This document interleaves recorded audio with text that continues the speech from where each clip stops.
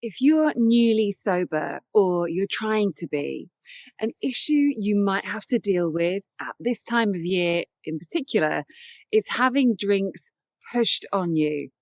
So maybe you're at a Christmas party or a get together and someone says, "Come on, you'll have a drink, won't you?"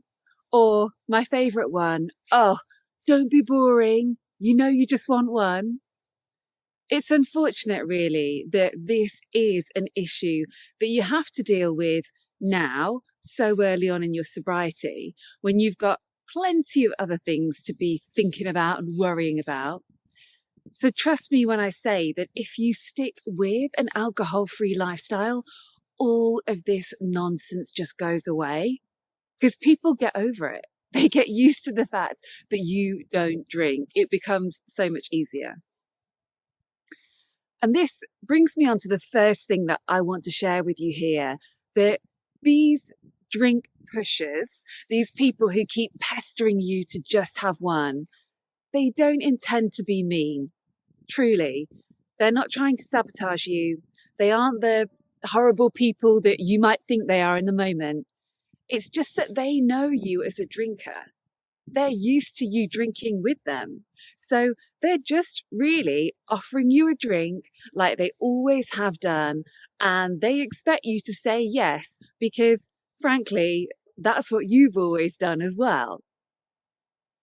Now, not only that, but I think some people in your life have probably witnessed you trying to be sober for periods of time before, and they've seen you finding it hard. Perhaps they associate you not drinking with difficult times for you. Perhaps, you and this other person have also had some really good times together whilst drinking. So all in all, they just want you to treat yourself, have fun and take it easy.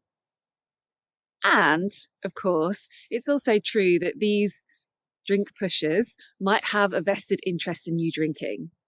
Perhaps it's uncomfortable for them to have you being good because it makes them question their drinking. Perhaps they need you as a drinking buddy so that they feel okay or they feel better.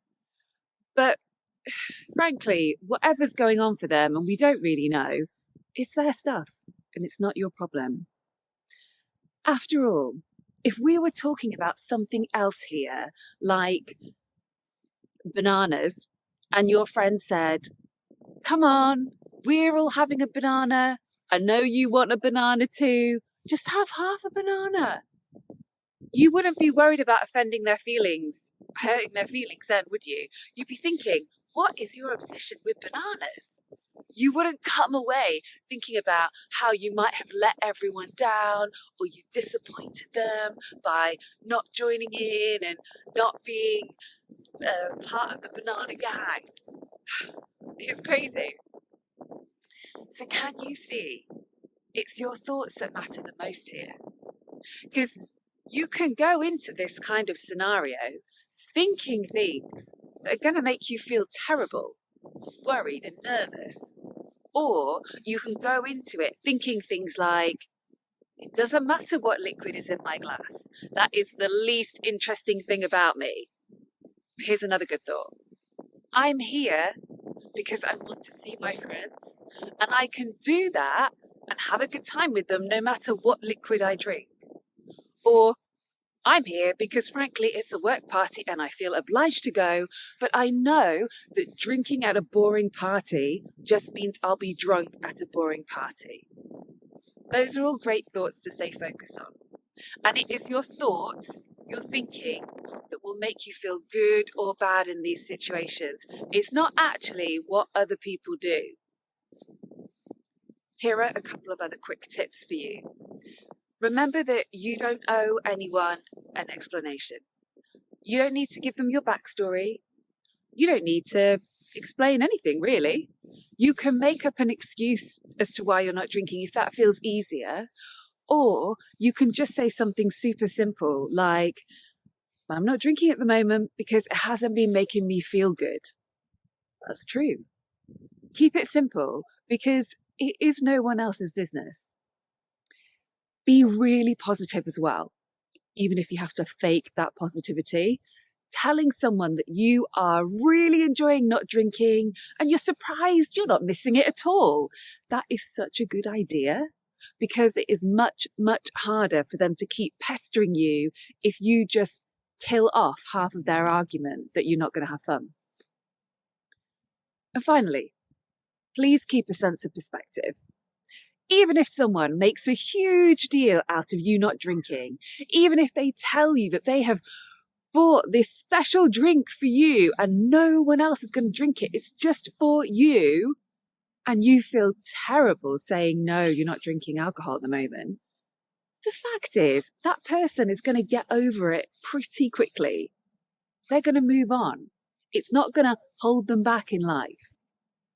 Whereas if you drink just to avoid an awkward situation or an awkward moment, or you're trying to please someone else, then you're not going to recover so quickly. It will take you a long time to get over a drinking episode. You'll be back on day one. You're going to swap that brief moment of saying no to someone and feeling awkward for a few minutes, and in return, you will get days, possibly weeks of feeling awkward and feeling annoyed with yourself and having to start over and do that really difficult early bit of sobriety all over again.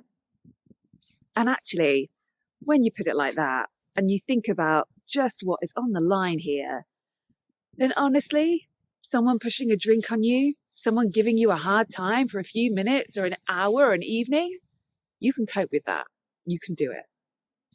So get your thoughts straight, get your mind clear, decide in advance how you want to think about this and what you want to do. We all do our best thinking in advance. None of us are that great on the spur of the moment. Remember that no one is going to force alcohol into your mouth. They are not going to hold the glass up to your lips and force it in. It's you that gets to make the decisions here. And I know you've got this.